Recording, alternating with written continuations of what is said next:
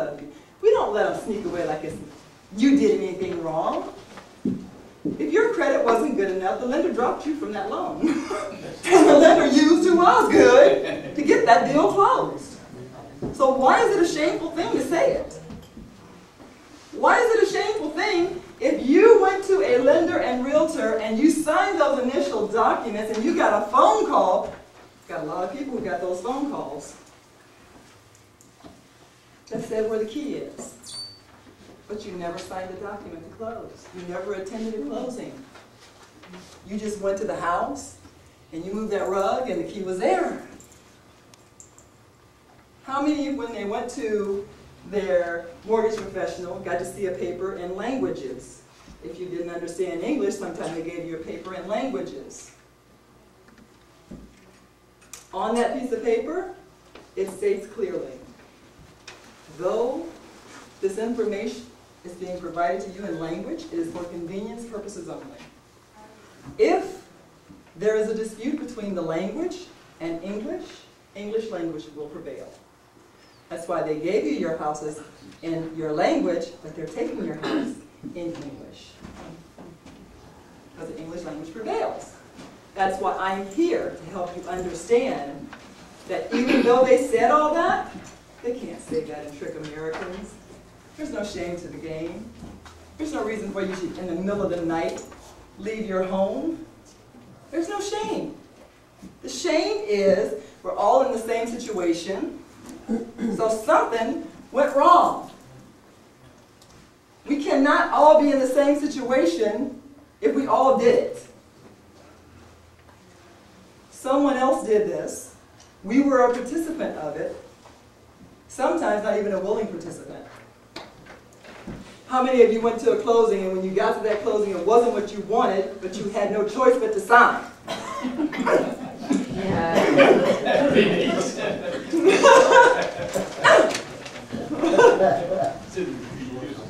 Huh? The pressure. Sign that paper. What, are you crazy? Are you not smart brother A? You're going to be dumb brother B? Huh? Yeah. It's like I have a crystal ball, isn't it? Let me tell you how the crimes got started and consummated so you'll know it wasn't you. Okay? I always related to like the drug deal. There is no one in this room that can afford the airplane to bring in the drugs to this country to sell them. There is no one in this room who had money that I could say to you, hi, this is my friend Sanford. He works as a realtor. He makes $75,000 a month, and I want you to loan him $1.5 million knowing nothing more. Would you loan it to him? No.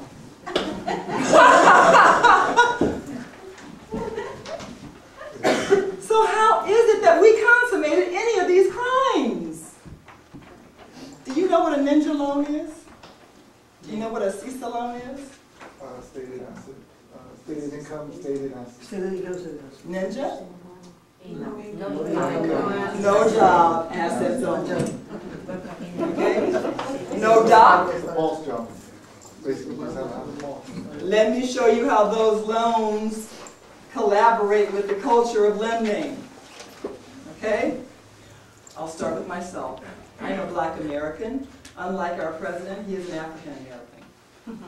A black American is someone who doesn't know where they came from. We are the first of color in our land, and we have no heritage except America. If things go wrong, I'm not going anywhere but home in Nevada. I can't pack it up and say that's it. If I say that's it, I'm going to my roots. I'm going to be in Birmingham, Alabama. But either way, I don't have a second language. I'm learning. The easiest one, Spanish, not Tagalog. And I'm okay with that, because Mama and Auntie got you in trouble. Yeah. The same way Mira las Colores de mi vida got Hispanics into trouble. Just because we look alike and sound alike doesn't mean we're the best to do business alike. Sometimes it's best to do business with someone totally opposite on the spectrum. It's called speaking slowly in English. That's all it takes. Answering questions if you don't understand. Telling someone to slow up and back up so I can get it. See, everything was happening so fast with these loans, it was like the lender and the developer had their little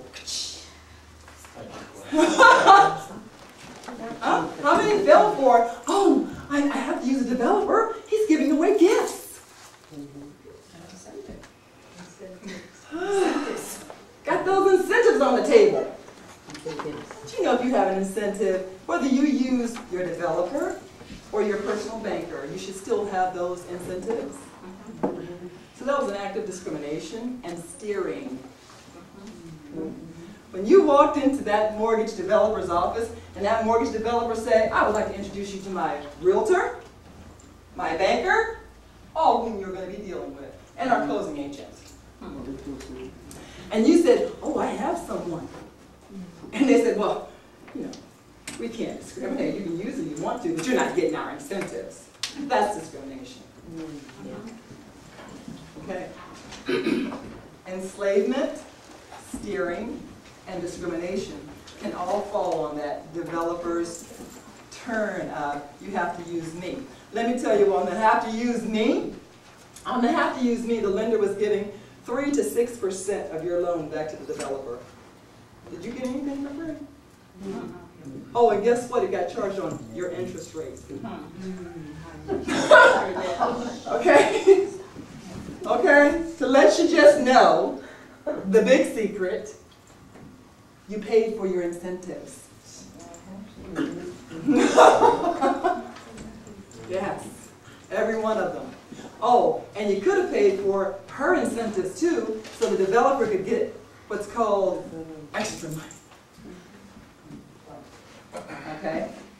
So you have a developer, and the developer goes to have their special lender, and the special lender have their special appraiser, and that special appraiser is flipping the houses. Because someone started with, I'm going to buy these glasses for $10, and some of you for $20. Let's sell them to him for $40, and we'll split the other $20. Same deal with the houses. Your house, whatever it's appraising for, should have sold for. Anything above that is what's called inflated value. Yes.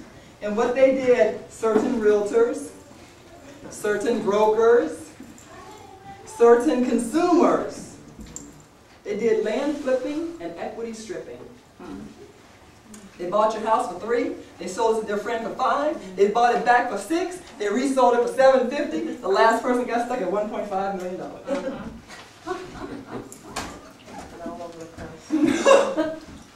And now we're in such jaw-dropping state because now it appraises for $230.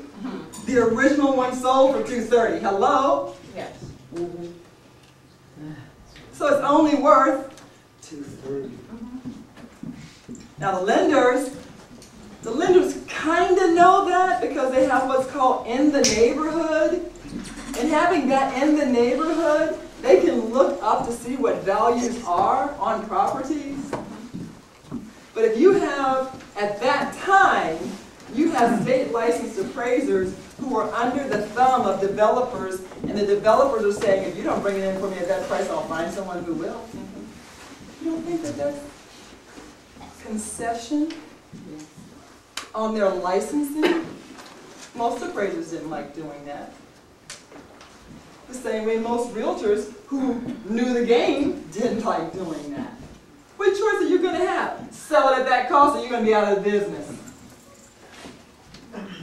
I know because as a mortgage company we're told close the loans the way we have them. We're the non-negotiables. So you either do what I did, get out of the business, become a whistleblower, and start telling all the banking business to consumers, to help consumers, or you go along with the game. We didn't go along with the game. Instead, we took all of the knowledge that the lenders have given to us, and it's called Creative Master of Mortgage Lending. You can't beat someone who knows the game. And if I've had a whole room full of people in captured saying, mm-hmm, and I haven't paid you money to be yes men, but everything I've said has come around to being a part of what you're going through and to be a part of your life today, your struggles now, we're fighting for that.